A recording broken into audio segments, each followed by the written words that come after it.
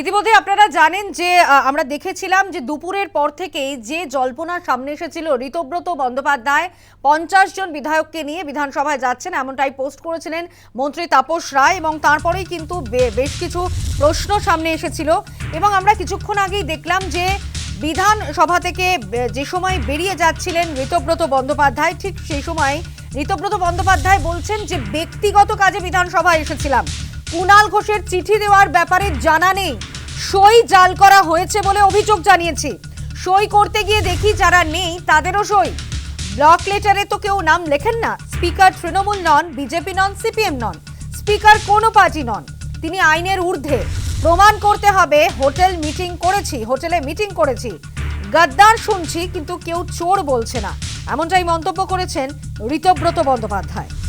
বহিষ্কৃত তৃণমূল নেতা, তৃণমূল বিধায়ক, গতকালই তৃণমূল কংগ্রেস তাকে বহিষ্কার করে এবং তারপরেই বিভিন্ন জল্পনা সামনে আসে। আজ ঠিক কি বললেন বিধানসভা থেকে বেরোনোর সময় ঋতব্রত বন্দ্যোপাধ্যায়, শোনাবো। তো স্বাভাবিকভাবে আমি অন্য কোনো কর্মসূচি না থাকলে বিধানসভায় আসি। আজকে বিধানসভায় এসেছিলাম, আমার ব্যক্তিগত কিছু কাজও ছিল, সেই কাজগুলো করেছি। আমি এরকম জানি না, গল্পের গরু আমি তো গাছে ওঠাতে পারবো না।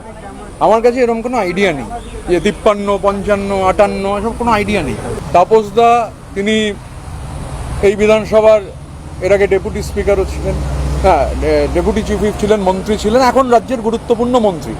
আমি ঘটনাচক্রে দেখার সুযোগ পাইনি তাপসদা কি পোস্ট করেছেন। তো তাপসদা সম্মানীয় মানুষ, তিনি যেটা পোস্ট করেছেন তিনি বলতে পারবেন। আমার কাছে এই ধরনের কোনো ইনফরমেশন নেই। আমি আবারও প্রকাশ্যে আমি কোর্টকে বলবো যে তদন্ত করে আমার টাওয়ার লোকেশনটা চেক করে দেওয়া হোক।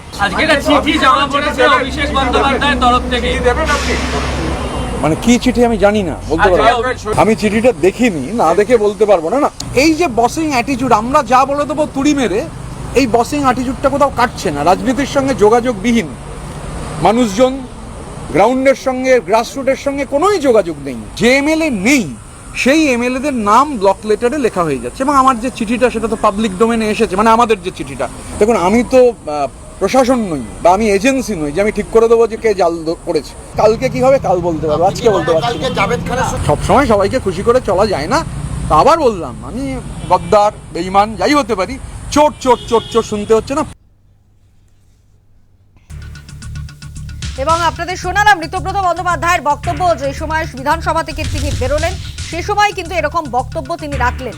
কিন্তু সকালেই আমরা দেখেছি যে যেখানে ঋতব্রত বন্দ্যোপাধ্যায় যেখানে 50 জন বিধায়ককে সঙ্গে নিয়ে তিনি বিধানসভায় যাচ্ছেন, এই জল্পনাই সামনে এসেছিল এবং তাকে ঘিরে বিভিন্ন রকম প্রশ্ন সামনে এসেছিল যে ব্লকের মুখ কি এবার ঋতব্রত বন্দ্যোপাধ্যায়, তৃণমূলের ফাটল কি আরও চওড়া হচ্ছে, তৃণমূলের একেবারে শোচনীয় অবস্থা কি হচ্ছে।